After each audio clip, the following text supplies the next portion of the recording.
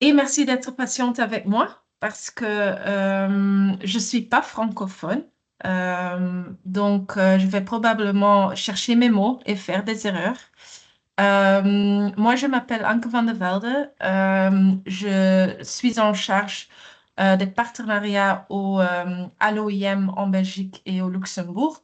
Donc, l'OIM est l'Organisation internationale pour les migrations. Nous sommes une agence des Nations Unies et nous travaillons dans presque tous les pays du monde pour promouvoir des migrations ordonnées et respectueuses de la dignité humaine dans l'intérêt de tous. Et en Belgique également, nous sommes une agence opérationnelle qui met en œuvre des projets sur la mobilité de la main-d'œuvre, la protection des migrants, l'engagement de la diaspora, l'inclusion sociale, etc. Et donc, avec Yana, qui est présente aujourd'hui, je travaille pour le projet Connex, qui est financé par le FEDASIL. Donc, FEDASIL est l'Agence fédérale pour l'accueil des demandeurs d'asile. Et aujourd'hui, vous êtes ici pour en savoir un peu plus sur les fonds incitatifs de l'OIM. Et je vais vous donc présenter brièvement le projet Connex, mais aussi les informations essentielles sur le fonds incitatif. Et je passerai en revue le modèle de soumission et aussi la trajectoire d'un partenaire, donc des partenaires sélectionnés. Et je vais vous expliquer aussi les rôles et les responsabilités. Et après, je laisse aussi quelques minutes pour une session de questions-réponses. Donc voilà, si entre-temps vous avez des questions, utilisez le chat ou écrivez-le pour la session plus tard. Donc voilà, je vais voir s'il y a des autres personnes qui sont en train d'arriver, mais je vois pas. Donc je vais commencer avec le projet Connex de l'OIM. Donc, le projet Connex est un projet annuel récurrent qui s'inscrit dans le cadre du programme Connex que FEDASIL met en œuvre avec quelques partenaires comme des villes d'Anderlecht, Gand, Anvers, Charleroi, mais aussi avec des partenaires comme l'OIM et Caritas. Et le projet Connex de l'OIM, cette année, donc 2025, vise à atteindre, informer et offrir des services aux migrants en public, en Belgique, excusez-moi, qui sont dans des situations vulnérables. Donc, particulièrement ceux qui résident en dehors du réseau d'accueil formel afin de garantir la protection de leurs droits fondamentaux et leur orientation vers un futur durable. Donc ça, c'est notre objectif, mais l'objectif de Connex de l'OIM est conformément à la mission de Connex, du programme Connex de FEDASIL. Euh, on a aussi, pour cette année, nous avons prévu quelques activités intéressantes. Donc, nous avons le fonds incitatif pour lequel nous avons lancé l'appel à proposition et pour lequel vous êtes ici aujourd'hui. On va organiser aussi des formations et des sessions d'information pour des parties prenantes sur des sujets comme la protection, mais aussi les espaces plus sécurisés pour les migrants LGBTQI, mais aussi la protection des mineurs non accompagnés, les compétences interculturelles, etc. Nous soutiendrons aussi l'établissement d'échanges entre les villes et les organisations en Belgique, mais aussi avec des autres pays d'Union européenne. Et on va évaluer à travers des méthodes de collecte de données des canaux de communication utilisés par les migrants en Belgique pour accéder aux services de protection. Et une autre activité innovante de cette année est la formation des dirigeants communautaires de la diaspora, donc des Diaspora Community Leaders, à la protection des migrants. Mais plus d'informations sur cette dernière activité suivront bientôt.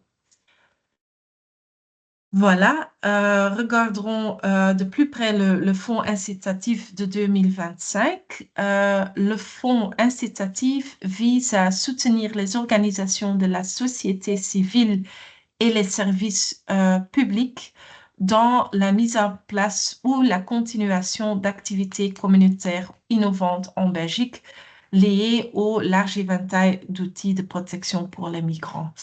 Euh, les organisations qui nous souhaitons soutenir doivent respecter certaines conditions. Donc, les organisations doivent être basées en Belgique et actives et opérationnelles en 2025. Les organisations doivent être enregistrées et avoir une entité juridique auprès du gouvernement belge. Euh, les organisations doivent avoir de l'expérience dans l'aide aux migrants en situation administrative précaire et prêtes à mettre en œuvre les activités proposées en 2025. Et aussi prêtes à disposer du personnel et du temps, bien sûr, pour la mise en œuvre des activités. Donc voilà, cette année, nous avons identifié 4 priorités thématiques. Votre proposition doit donc contribuer à une ou plusieurs de ces priorités. Donc les 4 priorités sont atteindre les migrants et les informer correctement et complètement sur les droits fondamentaux, les différentes procédures et les services disponibles pour les migrants, la sensibilisation des communautés de migrants aux outils de soutien et de protection disponibles par les biais d'activités communautaires, offrir un soutien juridique, administratif et psychosocial aux migrants dans des situations vulnérables afin de les aider à naviguer dans des situations administratives précaires et à s'orienter vers un futur durable, que ce soit en Belgique, dans leur pays d'origine ou ailleurs. Et la priorité thématique dernière est répondre aux lacunes en matière de capacité et aux vulnérabilités qui empêchent les migrants d'accéder aux services, aux informations sur les services de protection et de s'orienter vers un futur durable. Excusez-moi, mais on ne voit pas la présentation, hein. Euh, Et des, il y a des des autres autres personnes, qui... il y a des autres personnes avec le même problème? Je vois la Ah, présentation. moi, je vois la présentation, hein. OK. Donc, je Je vais vous... revoir mes paramètres, merci. Oui, je pense que c'est mieux de rejoindre comme ça. Ok, merci. OK. Voilà. Donc, voilà les 4 priorités thématiques de 2025. Nous avons listé ici quelques exemples, mais cette liste, bien sûr, n'est pas exhaustive. Donc, par exemple, les organisations qui proposent des cours d'alphabétisation numérique aux migrants pourront soumettre une proposition ou une organisation qui souhaite donner des séances d'information sur les solutions durables pour le futur des migrants peut soumettre son idée aussi. Donc voilà, vous avez quelques activités exemplaires ici, mais je vous recommande d'être innovante aussi et proposer des activités innovantes qui visent à atteindre les priorités thématiques du fonds incitatif. Il est également important de mentionner que certaines activités ne seront pas financées, donc les projets de recherche ne sont pas éligibles. Aussi, les activités qui se déroulent en dehors de la Belgique ne sont pas éligibles. Les activités centrées uniquement sur la formation professionnelle des migrants aussi ne vont pas être financés sous le fonds incitatif. Bien sûr, les activités qui ne sont pas liées à une ou plusieurs des priorités thématiques qu'on a déjà mentionnées, et les activités qui ne bénéficient pas directement au moins de 50% aux migrants en situation administrative précaire résidant en dehors de la structure d'accueil officielle. Et ce dernier point renvoie à la diapositive suivante où nous expliquerons quel devrait être le public cible de vos projets. Donc voilà, votre projet doit donc cibler directement des migrants qui se situent en Belgique et il est important qu'au moins de 50% de votre public cible soit des migrants en situation administrative précaire, résidant en dehors de la structure d'accueil formelle en Belgique ou des migrants qui sont difficiles à atteindre par des services formels, par exemple. Donc, vous pouvez penser aux personnes sans titre de séjour, mais aussi des demandeurs de protection internationale ou subsidiaire qui résident dehors de la structure d'accueil formel, aussi des migrants en transit ou des personnes qui ont un séjour temporaire, par exemple. Donc, voilà, ça c'est le public cible de notre fonds incitatif. OK, le prochain slide. Nous avons un budget total de 40 000 disponible pour l'appel de 2025 et nous allons sélectionner un maximum de 6 projets parce que 6 projets, c'est le maximum que nous pouvons, donc que Yana et moi pouvons gérer en termes de ressources et en termes d'administration. Et chaque projet peut demander un montant entre 2 000 et 8 000 euros. Je donne également un bref aperçu des coûts éligibles dans le cadre de cet appel. Donc, votre budget peut inclure des coûts liés à des frais de personnel, des frais de bénévolat, des coûts matériels comme les facilitateurs de formation, les restaurations, aussi des matériels de communication, des frais de transport, allouer des locations ou des salles nécessaires pour vos activités de projet. Donc voilà, ce sont des coûts matériels qui sont éligibles. Et on a aussi les coûts structurels et opérationnels, mais ils ne peuvent pas excéder 7% du budget demandé. Donc, il est important de vous dire que les coûts structurels soient toujours liés au projet, mais ce sont des coûts opérationnels, par exemple l'Internet ou l'électricité. Voilà. Ici, un aperçu des projets de l'année passée. Et je pense qu'il y a aussi des personnes ici aujourd'hui qui avaient notre partenaire l'année passée sous le fonds incitatif. Et je vous recommande de consulter notre site web pour vous inspirer. Mais tenez compte du fait que les priorités thématiques de l'année dernière étaient différentes que les priorités thématiques de cette année.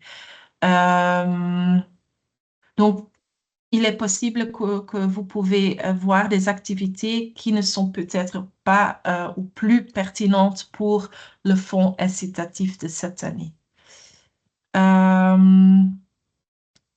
Voilà.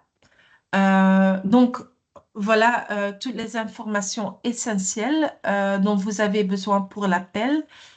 Pour votre information, nous avons créé aussi un document d'appel et une Frequently Asked Questions que vous pouvez consulter sur notre site web et je pense que Yana a mis le lien dans notre chat.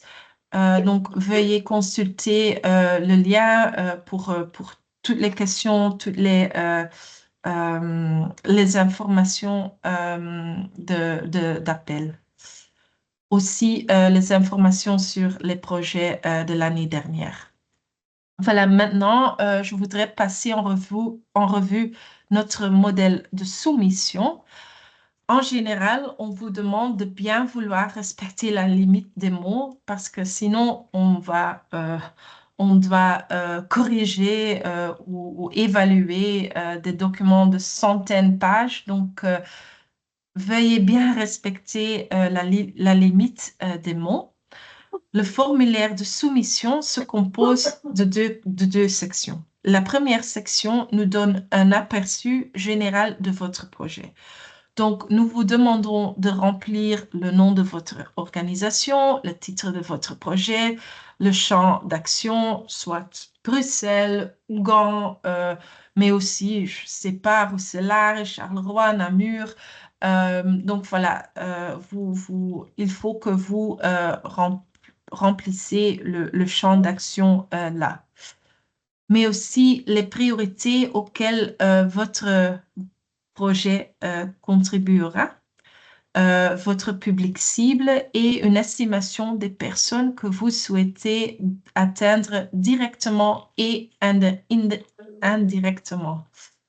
La durée du projet en tenant compte du fait que le projet devra se terminer avant décembre de cette année. Et puis aussi le budget de votre projet en précisant le montant que vous demandez au fonds incitatif. Donc voilà, ça c'est la première section. La deuxième section, dans la deuxième partie, nous vous demandons d'approfondir un peu votre projet. La problématique que vous abordez, le public cible, mais aussi votre méthodologie et vos activités. Et il est important ici que vous respectiez le critère des 50% en ce qui concerne le groupe cible.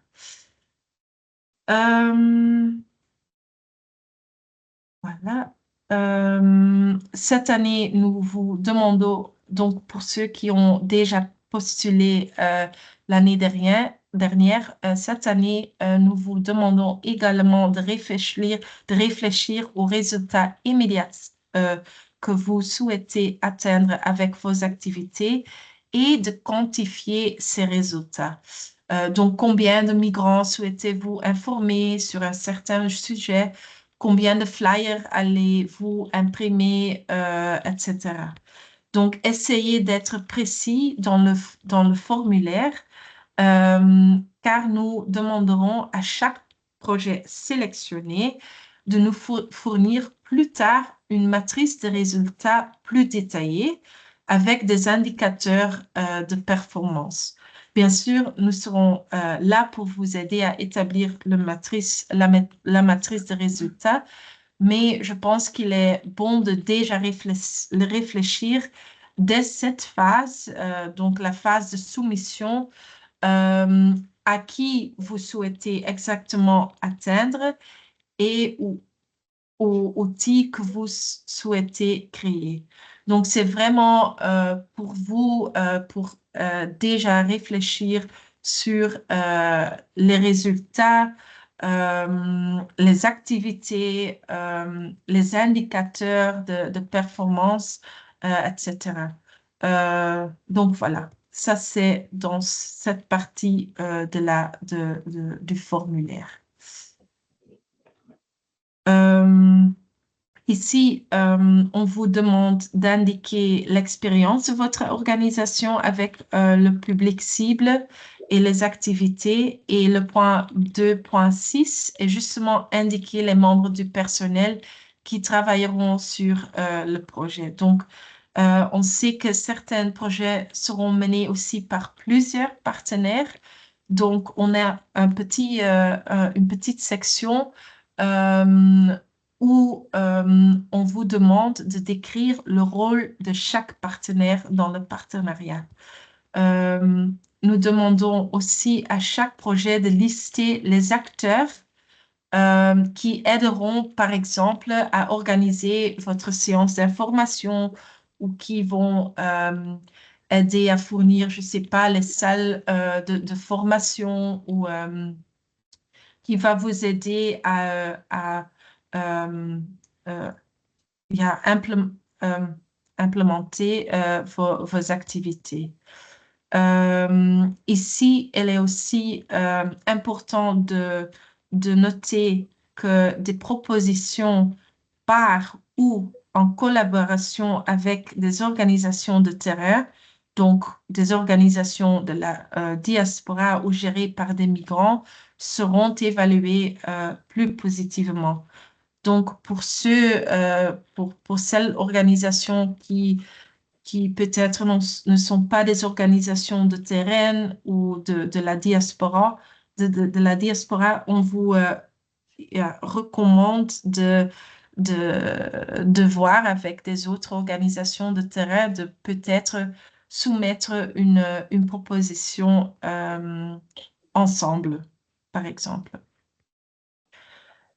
Et enfin, nous vous demandons de décrire plus ou moins quelles activités auront lieu, quand et à combien s'élèveront les coûts. Cette année, nous vous demandons également de décrire un peu votre système comptable. Donc, si vous travaillez avec un comptable extérieur ou peut-être vous avez des personnes dans votre organisation qui s'occupent du système comptable. Donc pour nous, c'est aussi une nouvelle section de le formulaire de cette année. Voilà, et ça c'est le formulaire de soumission. Une fois que vous avez signé le projet ou que vous avez fait signer le projet par la personne responsable du projet ou de l'organisation, votre document est prêt à être soumis. Le formulaire devra être envoyé par courrier, donc par email, uniquement par email à ma collègue Yana. Vous voyez ici l'adresse email de Yana et elle vous répondra par un courrier de bonne réception. Vous pouvez soumettre votre proposition en français, en anglais ou en néerlandais, mais vous devrez remplir ce modèle-ci. Donc, aucun des champs obligatoires ne doit manquer, sinon votre candidature sera rejetée. Donc, il est vraiment, vraiment important de remplir le modèle-ci. Donc, je pense que Yana a déjà mis le lien dans le chat. Il est important de remplir tous les champs qui sont obligatoires. Donc, vous pouvez voir le mot potentiel ou optionnel pour des champs qui ne sont pas obligatoires. Mais je pense que presque tous les champs sont obligatoires à être remplis. La date limite pour cet appel est le 23 février à minuit. Donc, toutes les propositions envoyées après le 23 février seront également rejetées par le comité. Et je voudrais également vous présenter brièvement notre processus de sélection. Comme vous pouvez le constater, nous avons 5 critères d'évaluation qui sont pondérés. Je vous recommande de les examiner de plus près parce que ça peut vous aider à mettre des accents peut-être. Mais ce sont des critères que le comité de sélection vont utiliser pour évaluer vos projets. Donc, sur la base de ces critères, chaque membre du comité de sélection va donner des points individuellement. Et puis, un maximum de 6 projets seront finalement sélectionnés, mais c'est aussi en fonction du budget demandé par les projets. Nous mettrons également certains projets sur la liste de réserve au cas où les projets sélectionnés ne parviendraient pas à livrer leurs documents ou auraient peut-être un budget détaillé inférieur qui nous permettront à sélectionner des autres projets de la liste de réserve. Donc voilà, la décision finale sera communiquée dans la semaine du 17 mars et il sera demandé à chaque projet sélectionné de préparer un dossier de soumission détaillé comprenant d'une matrice des résultats et des risques, un budget détaillé et aussi un calendrier détaillé et aussi tous les documents que nous précisons pour faire le contrat. Donc, voilà, c'est seulement pour des projets qui seront sélectionnés. Voilà, sur cette diapositive, vous voyez le parcours d'un projet sélectionné. Donc, la proposition doit d'abord être soumise à temps, puis elle passe par le processus de sélection et une fois sélectionnée, le dossier de soumission est préparé et le contrat est signé avec l'OIM. Donc, probablement vers le 1er avril. Nous organiserons aussi une conférence de lancement le 22 mars et une réunion de onboarding dans le mois d'avril. Et ensuite, les projets mettront en place leurs activités qui seront ensuite évaluées à la fin de cette année, donc à la fin de 2025. Voici les rôles et les responsabilités de partenaires visualisés ici sur le calendrier. En plus de la mise en œuvre des activités, nous demandons à chaque partenaire sélectionné d'être présent à la conférence de lancement et de prévoir aussi du temps pour la réunion de onboarding et la phase de contrat parce qu'on précise beaucoup de documents de vous pour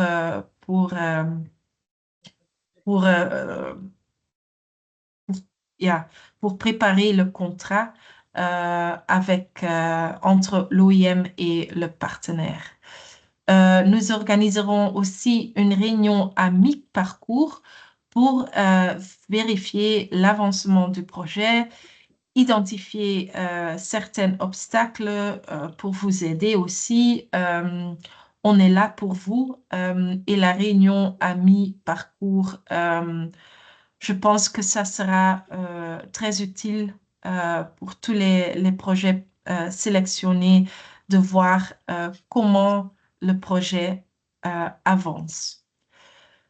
Avant l'étape du rapportage final, nous invitons chaque projet sélectionné à participer à notre atelier de rapportage. Et donc, puis, en novembre et en décembre, vous soumettrez votre rapport final et nous aurons une réunion d'évaluation. Bien entendu, tout au long du process, nous serons là. Donc, Yana et moi serons là pour vous accompagner si vous avez des questions, si vous êtes confrontés à des défis. Nous sommes là pour vous aider et nous aimerions également participer à certains de vos événements, vos activités. Nous suivrons donc de près vos projets et serons prêts à vous conseiller, à vous aider si c'est nécessaire. indiqué dans le calendrier, nous vous demanderons de soumettre un rapport narratif et financier final ainsi que des pièces justificatives.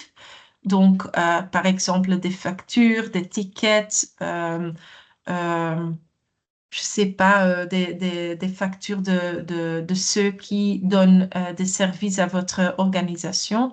Donc voilà, on vous demande de soumettre un rapport final euh, avant la fin de l'année. Mais heureusement, nous avons des modèles à votre disposition pour vous aider à établir le rapport.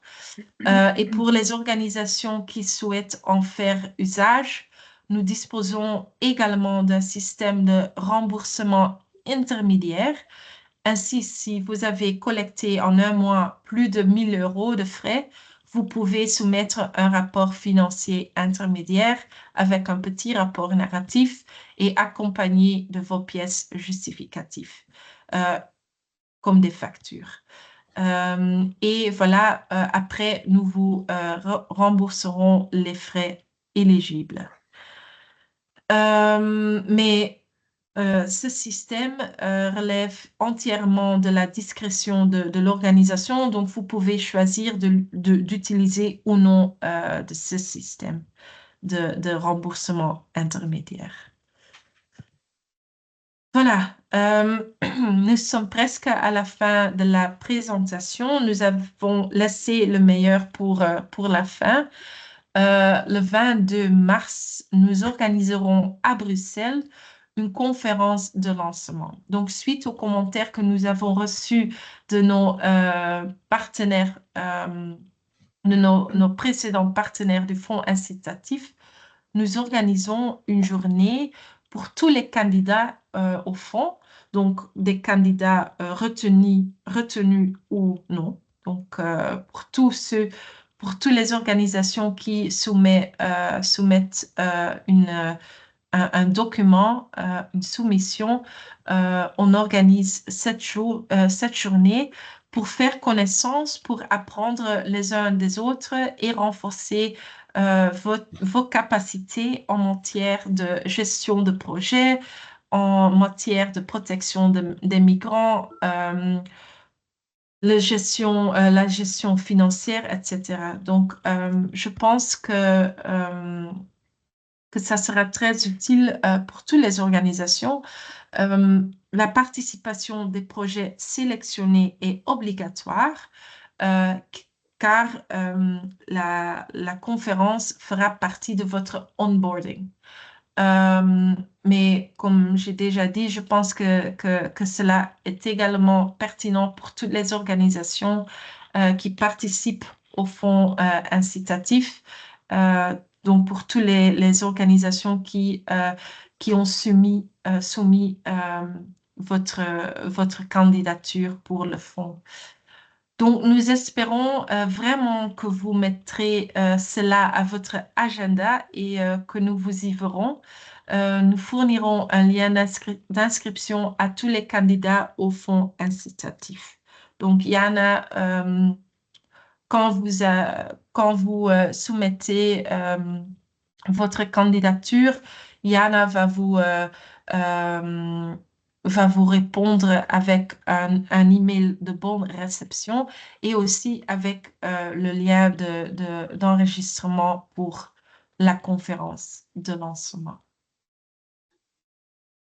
Voilà, c'est tout de mon côté. J'espère que c'était clair, mais je suis heureuse de recevoir aussi vos questions.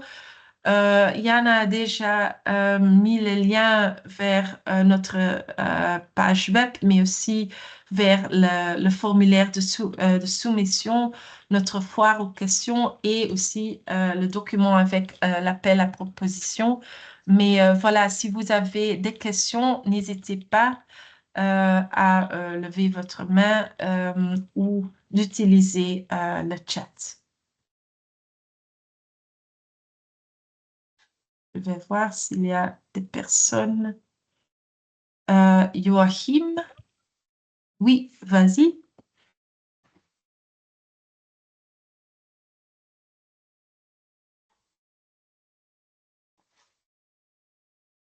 Je sais pas. Je pense que vous êtes en mute. Ah, pardon, je ne sais pas si c'était pour moi. Parce que j'ai des petits problèmes de connexion. Merci beaucoup pour l'explication. Par rapport aux frais éligibles, j'aurais une... Ça ne marche pas. Oui. Oui, Allô? on vous attend. Oui, désolé, je pense que j'ai un petit problème de connexion. Pas de Euh, souci. Voilà, donc nous, on a déjà un projet qui est en train de se construire, qui va se faire d'une façon ou d'une autre. J'ai juste une question par rapport aux coûts éligibles. Dans les frais de transport, on se demandait si inviter des partenaires internationaux pouvait rentrer dans ces frais de transport. Oui, donc parce que le projet doit être, doit être lieu en Belgique, on ne couvre pas des frais de transport international, mais des frais de transport, par exemple, entre Bruxelles et Namur ou entre Bruxelles et un petit village à Wallonie ou à Flandre, ça, ce sont des coûts éligibles, mais pas de transport international.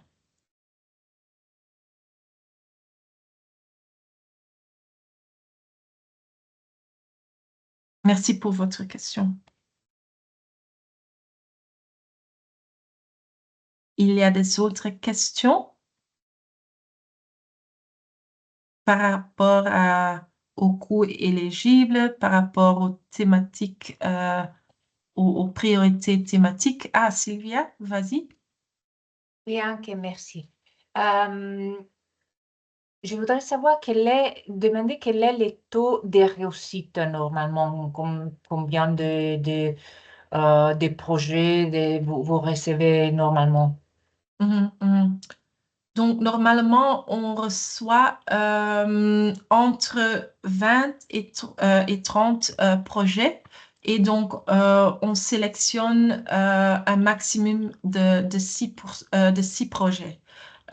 Et ça dépend aussi un peu de budget parce que si tous les projets demandent le maximum de 8 000 euros, on peut seulement sélectionner 4 ou 5 projets. Donc voilà. Mais je pense qu'il y a beaucoup d'intérêt cette année, donc je pense peut-être il y aura plus de 30 projets, je ne sais pas. Mais il y a aussi des projets qui sont pas éligibles. Donc je pense 5% de projets euh, qui le projet soumis sont pas éligibles. Donc ont des activités, par exemple, à l'extérieur ou des activités qui ne touchent pas aux thématiques, aux priorités thématiques. Merci pour votre question. Je vois qu'il y a quelqu'un, Floribert. Oui, donc Bonjour. bonjour, bonjour. Merci pour la présentation. Je m'excuse parce que je suis connecté un peu en retard. Mais je voudrais enchaîner la question de transport que le collègue qui a posé avant moi pour le transport international, pour le voyage international.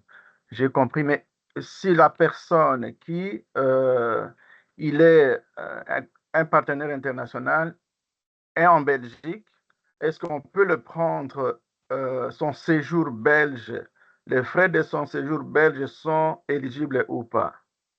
Ça, c'est la première question. La deuxième question, c'est par rapport à la qualité des dossiers. Vous aviez parlé un peu d'éligibilité. Ça, c'est vrai pour certains critères qui concernent que bon, le projet n'a pas respecté le thème, mais la qualité des dossiers elle-même sur les 30 ou les 25 de la fois passée ne pose pas problème par rapport à vos exigences. Voilà, ça c'est un peu les deux premières questions que je voulais d'abord poser. Non, merci pour vos questions. Donc, ce qui concerne le séjour international ou le séjour des partenaires internationaux, nous vous demandons de les couvrir d'une autre manière, peut-être avec des autres fonds, parce que je pense euh, que les projets qui utilisent le budget pour des activités euh, des partenaires ici en Belgique et pour des migrants en Belgique seront évalués plus positivement. Donc voilà, je pense que c'est mieux les séjours des partenaires internationaux euh, que vous cherchiez des autres manières pour les couvrir, parce que je ne suis pas sûre qu'on va évaluer le budget positivement ainsi. Donc, voilà, je vous recommande de les pas inclure dans le budget.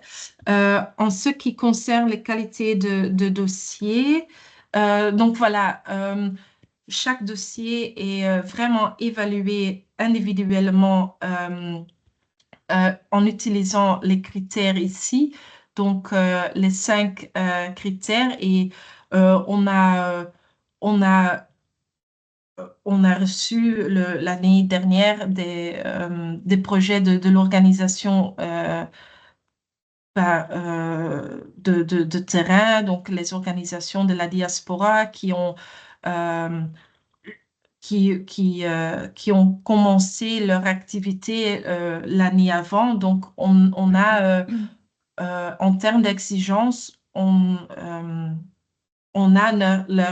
on a nos critères ici. Et voilà, la qualité des dossiers dépend aussi de, de, des critères aussi. Donc, je ne sais pas comment expliquer mieux. Euh, et oui, donc le dossier doit être à un certain niveau. Et voilà, on va les évaluer utilisant les critères ici. Donc, je ne sais pas si j'ai vraiment bien entendu votre question. Euh, Mais ça va, ça va. Peut-être qu'on aura l'occasion d'échanger, il n'y a pas de souci. OK. Il y a des autres questions? Il y a une question du chat de Annika. Donc, le groupe cible inclut-il également les personnes qui ont déjà déposé une demande d'asile et qui ne vivent tout simplement pas dans les centres d'accueil? Donc, je Oui. pense, voilà.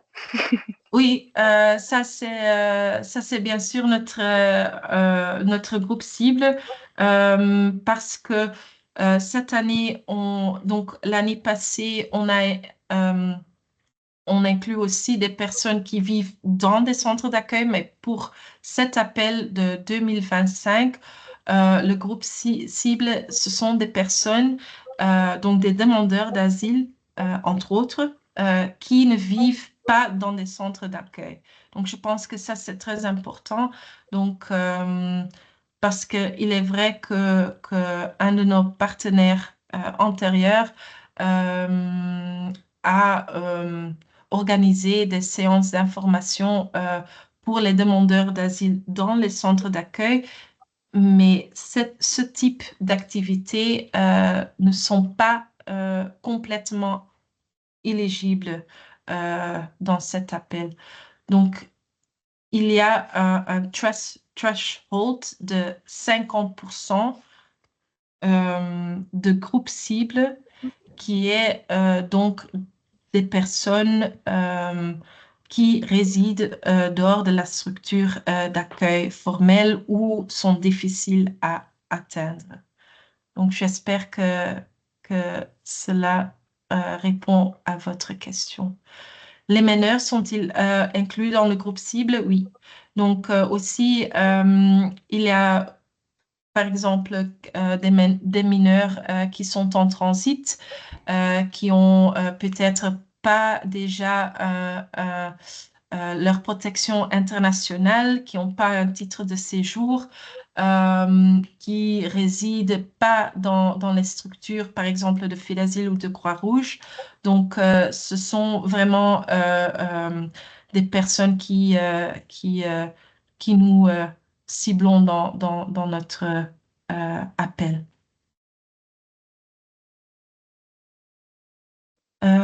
Je pense Innocent, je vois pas votre nom complet, Innocent. Oui. Bonjour, bienvenue. Bonjour. Merci pour la présentation. J'ai 3 petites questions. OK. Oui, la première, c'est au niveau du système de décaissement. Est-ce que le paiement sera fait après la réalisation des activités ou à mi-parcours, comme j'ai vu les paiements intermédiaires? Puis, ça, c'est la première question. La deuxième, c'est au niveau des frais du personnel qui sont éligibles. C'est seulement, par exemple, les frais des volontaires seulement où il y a des salaires qui sont acceptables. Et puis, la troisième question, c'est au niveau du terrain. Parce que, par exemple, il y a le partenaire, s'il est à Bruxelles ou à Namur ou à Liège, est-ce qu'il peut intervenir dans d'autres provinces? Oui. Si les groupes cibles s'éparpillent à travers ces provinces. Merci. Non, merci beaucoup pour des questions très pertinentes.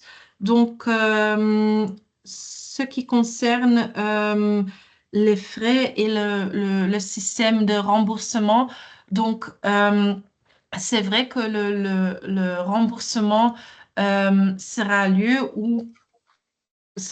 après la réalisation des activités. Donc, on ne fait pas le pre-financing. Donc, ça, c'est pas possible. Mais parce qu'il y a des organisations plus petites, ce qu'on offre comme système est le système de remboursement. Donc, quand vous avez les frais qui se montent de plus de 1000 euros, vous pouvez nous donner un rapport financier intermédiaire avec un petit rapport narratif et on va vous rembourser presque immédiatement, mais on nécessite 2 semaines pour voir si les coûts sont éligibles, bien sûr. Mais donc, vous pouvez chaque mois nous donner un petit rapport de 2000 euros de frais. Donc, c'est justement après la réalisation des activités. Donc, ça, c'est pour la première question. De frais de personnel, beaucoup de nos projets de l'année passée ont travaillé avec des bénévoles. Donc voilà, les frais de bénévolat sont aussi éligibles, bien sûr. Mais il y a aussi, comme vous savez bien, il y a aussi des règlements de la région flamande ou de la région francophone en ce qui concerne le montant,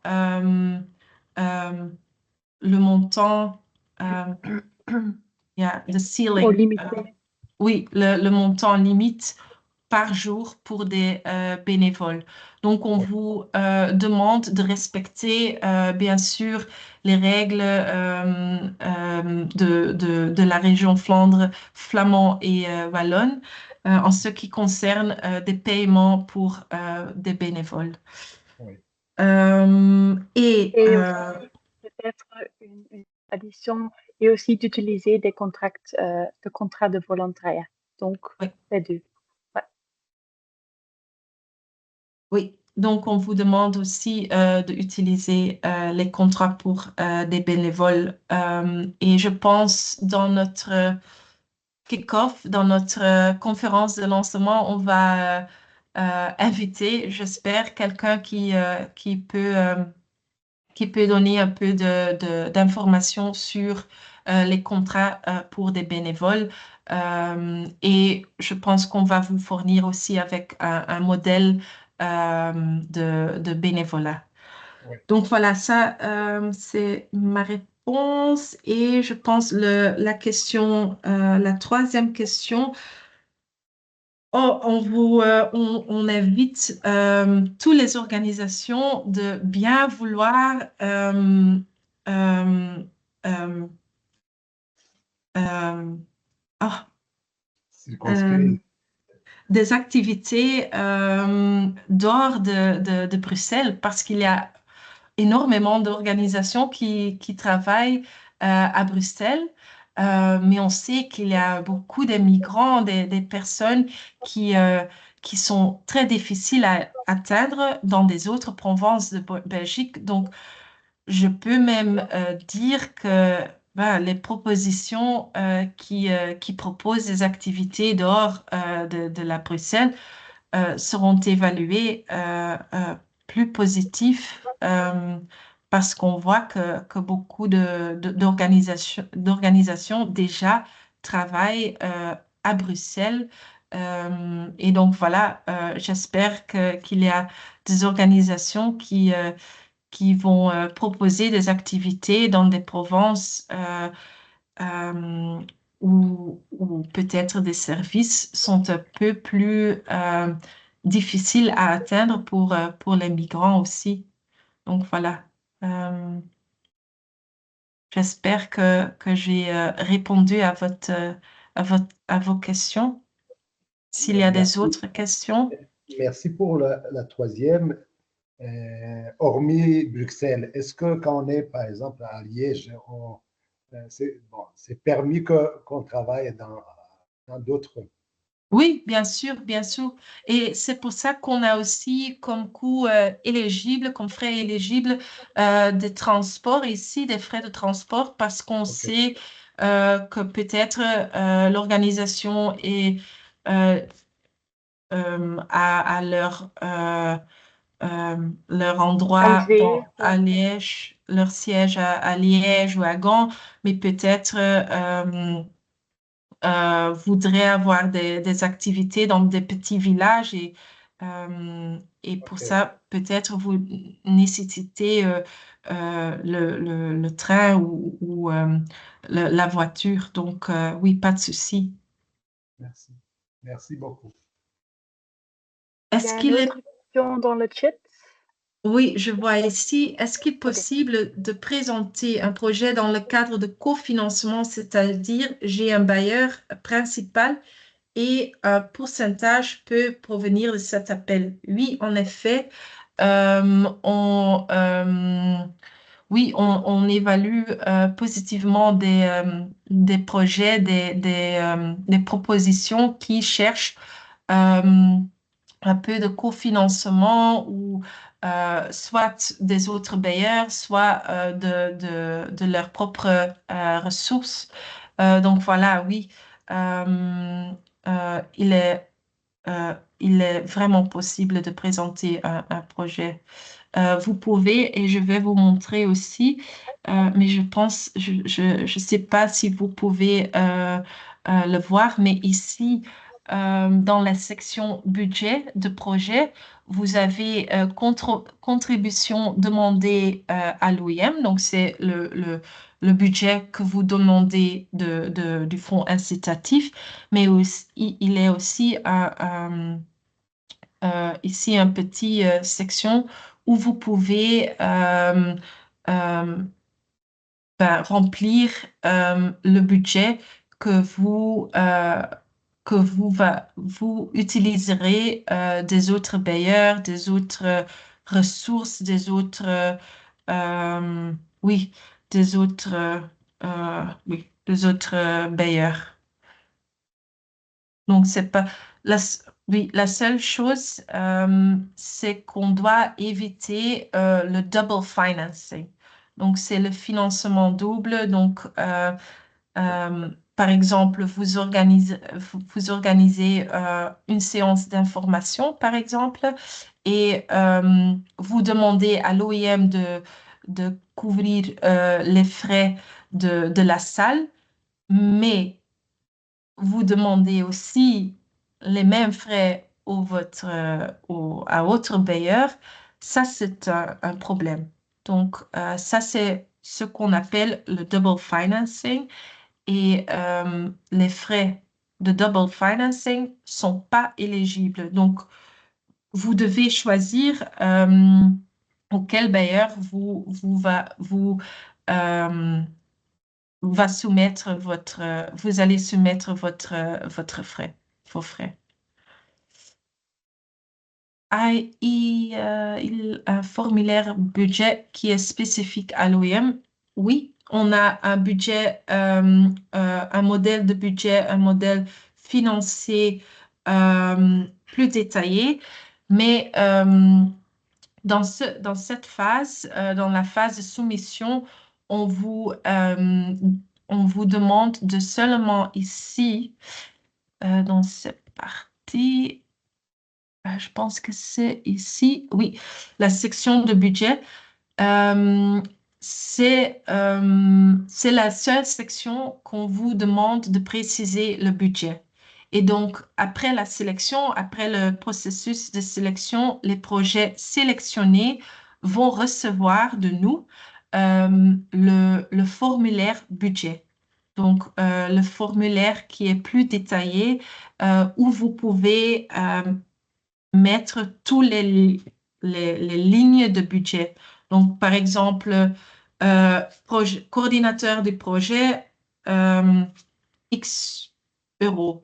Euh, Louer une salle, X euros. Restauration, X euros.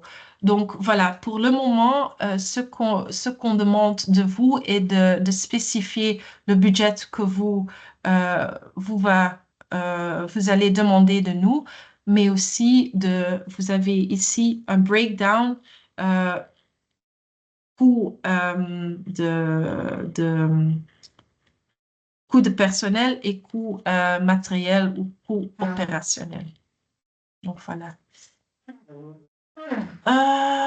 Je pense on a justement 2 ou 3 questions. Donc, dans ce, vous recevrez le contenu du projet et les objectifs qui seront soutenus par cet appel à projet. Oui. Bonjour, je présente le collectif. Nous travaillons principalement avec des MENA et ex-MENA. Lors de la demande, doit-on indiquer les données de toutes les personnes qui participent au projet?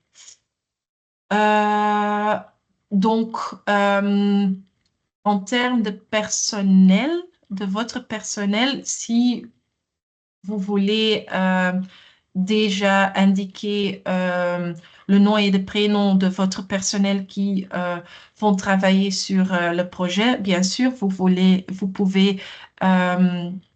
les mettre dans, je pense, ici, la section 2.6, je pense, personnel clé. Mais par exemple, pour des partenaires, pour des autres parties prenantes, euh, il n'est pas nécessaire de déjà donner le nom et le prénom de toutes les personnes qui va participer, mais seulement de nom de l'organisation. Par exemple, pour la séance d'information, je vais travailler avec l'organisation X. Et pour nous, ça suffit. Voilà, je sais qu'on est déjà à la fin de notre temps. Il y a des autres questions? Sinon, non, je vois pas. Ah, voilà, Lionel, vas-y.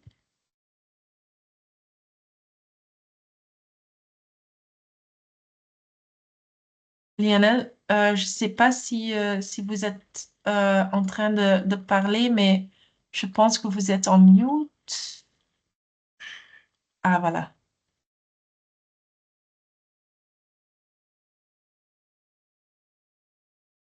Non, On non. n'entend pas. Ah, non.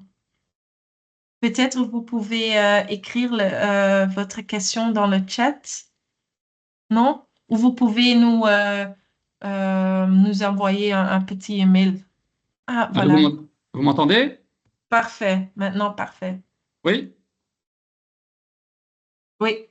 Oui, en fait, c'est pour savoir quel est le degré de détail quand même qui sera demandé concernant les données du public. Parce que donc, vous avez dit, il y aura des indicateurs demandés. Je ne sais pas, j'imagine bien que ce sera donc pour les projets sélectionnés, mais comme on travaille avec un public, pour nous, pour tout cas, c'est le cas de personnes ben voilà, qui sont des personnes qui sont en dehors du réseau d'accueil, qui sont sans papier, dans des situations administratives compliquées. En termes de données précises, de profils, de choses comme ça, qu'est-ce que vous demandez exactement? Oui. Enfin, est-ce qu'on peut avoir un peu une idée quand même en termes d'indicateurs, ce qui va nous être demandé par rapport, est-ce que c'est juste le nombre de participants? Est-ce que vous voulez des profils sur les âges, les genres, les machins, les choses comme ça? Même pas. Voilà, juste pour savoir un peu. Non, même pas. Donc, ce qu'on demande de nos partenaires est de rapporter sur les montants. Donc, vous pouvez peut-être même compter les personnes qui sont là dans une séance d'information. C'est pas nécessaire d'avoir une liste de participation, par exemple. Donc, on vous... we trust you. On vous fait Oui, confiance. oui. Donc voilà, si vous dites, OK, il y avait 33 personnes dans la séance d'information et la plupart étaient des mineurs, par exemple, dans une situation précaire, pour nous, c'est déjà suffisant, suffisant, suffisant. Oui, oui. Mais en fait, oui, par exemple, voilà, des centres d'info, le nombre de participants, je pense que ça, ce n'est pas des données trop Non. compliquées à collecter, mais c'est surtout un Pas moment, nécessaire. si vous avez besoin d'informations, un moment sur le profil des participants, des choses comme ça, c'est parfois plus touchy, quoi. Donc, non. Donc, pour le moment, on n'envisage pas ce type de données, mais c'est vrai que donc la semaine prochaine, on a Je pense qu'il une y a un réunion. problème de connexion. Ah, voilà. Ah, oups. Oui? Bon, ça va. Ah, OK. Ouais. Donc, la semaine prochaine, on a une réunion avec notre équipe de monitoring and evaluation parce qu'on sait que peut-être il y a des autres solutions, mais pour le moment et aussi pour les partenariats de l'année passée, on n'a pas demandé le perfil ou l'âge ou la situation des migrants. D'accord. Merci C'est un beaucoup. peu comme vous voulez. C'est peut-être intéressant de collecter des dates sur le genre ou l'âge, mais c'est comme Ben, vous voulez. on pourra peut-être Pas faire nécessaire pour nous. des estimations, Des mais voilà, estimations, oui. voilà, oui. Voilà. Oui. Oui, merci. Est-ce que vous pourriez préciser la date de la fin du projet jusqu'au ou avant et la date de remise du rapport narratif et financier final? Oui, donc la fin du projet Connex est le 31 de décembre. Et donc, notre équipe financière doit, oui, doit Finalisé. payer toutes les activités avant. Donc, on va vous demander d'envoyer votre rapport narratif et votre rapport financier je pense au début de décembre, au fin de novembre, parce que ça donne à notre équipe financière le temps de bien voir si les coûts sont éligibles et pour, euh, pour payer vos frais. Donc, on demande au projet de bien euh, yeah, planifier vos activités. Donc, peut-être c'est mieux de, de- d'avoir tous vos frais dans les premiers 4 ou 5 mois et pas le mois le dernier mois de l'année parce que comme ça, c'est mieux pour, aussi pour notre équipe financière.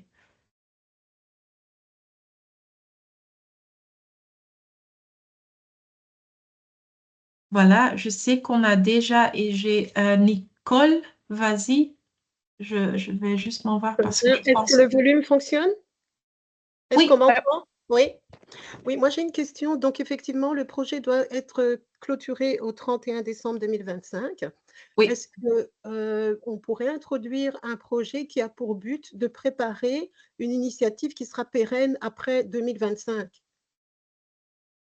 qui pourrait s'autofinancer ou dépendre d'un autre financement, et que le projet soit vraiment la préparation, l'implémentation, le lancement, et que le projet, pour nous, ne s'arrête pas au 31/12/2025, mais qu'il puisse vivre encore après. Oui. Donc oui, bien sûr, ça, c'est pas un problème. Veuillez bien indiquer, je pense, dans votre proposition que c'est une première phase. Il y a aussi des personnes qui, dans la partie de méthodologie, euh, euh, écrivent sur leur méthodologie, les phases du projet. Donc voilà, ça peut être une phase, une première phase, une deuxième phase, une dernière phase d'un projet ou d'un programme plus large.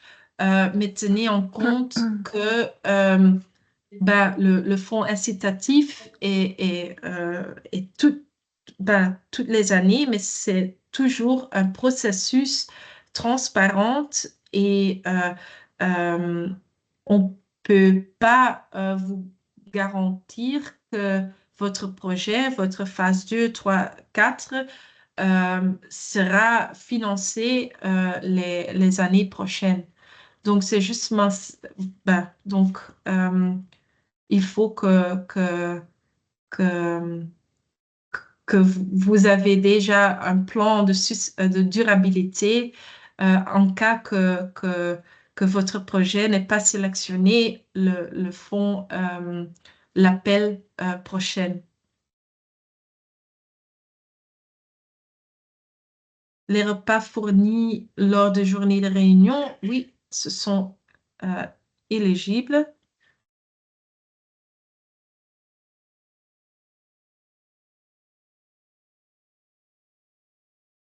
Voilà, je pense qu'il n'y a plus de questions. Donc, on a une foire de questions aussi, Frequently Asked Questions. Si vous avez des questions, veuillez bien consulter le document. Mais s'il y a des autres questions et vous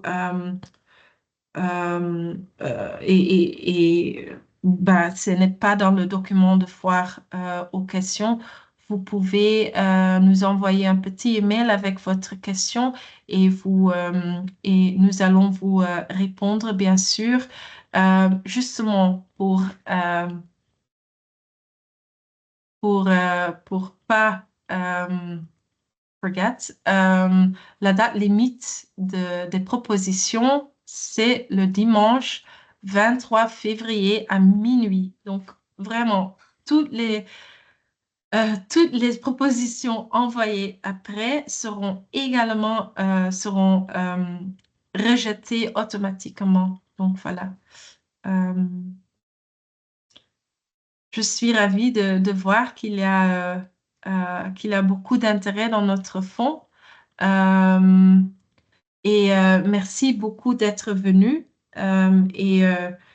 J'ai hâte de lire vos propositions et j'espère que tout le monde va aussi respecter les mots limites pour nous, pour notre vie, pour rendre notre vie un peu plus facile. Merci beaucoup et à bientôt. Merci beaucoup pour l'intérêt. Merci, au revoir. Merci à Bonne vous. journée. Merci, au revoir. Merci, au revoir. Merci, au revoir.